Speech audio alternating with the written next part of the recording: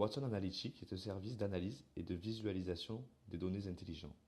Avant de nous plonger dans l'analyse et la visualisation de nos données, il est important de passer par une phase de traitement, le raffinement de la donnée. Prenons l'exemple de notre jeu de données sur le Titanic. Sélectionnons le menu, l'option Refine.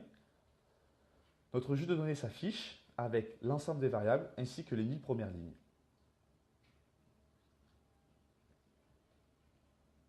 Nous remarquons sur le côté 3 onglets.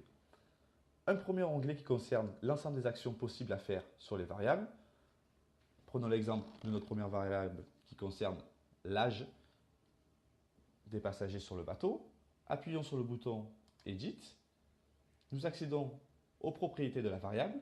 Nous remarquons que nous pouvons changer son nom, choisir le type de la variable, que ce soit du nombre, du texte ou alors une durée, choisir la fonction de filtre, c'est-à-dire sélectionner une valeur spécifique ou alors définir une certaine gamme de valeurs.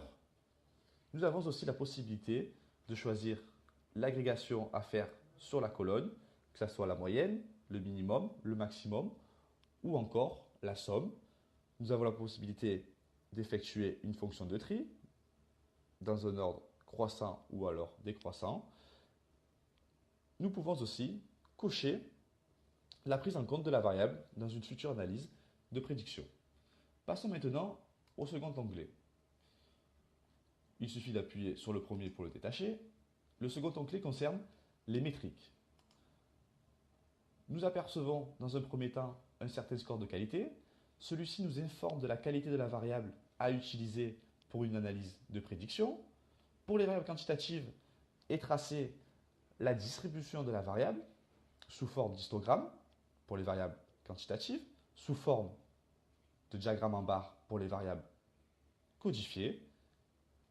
Et enfin, la dernière information qui est donnée par cet onglet est le pourcentage de valeurs manquantes qui est une bonne indication de la qualité de la colonne.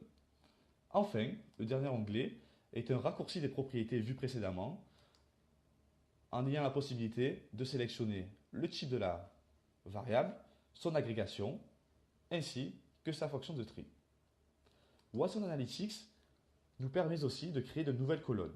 Ces colonnes sont le résultat de fonctions de calcul, de création de sous-groupes ou alors de création de hiérarchies. Dans de futures vidéos, nous verrons ensemble des exemples sur des calculs, comment utiliser les fonctions de sous-groupes, comment créer des hiérarchies et enfin, nous serons prêts à explorer ainsi qu'à visualiser et à analyser l'ensemble de nos données.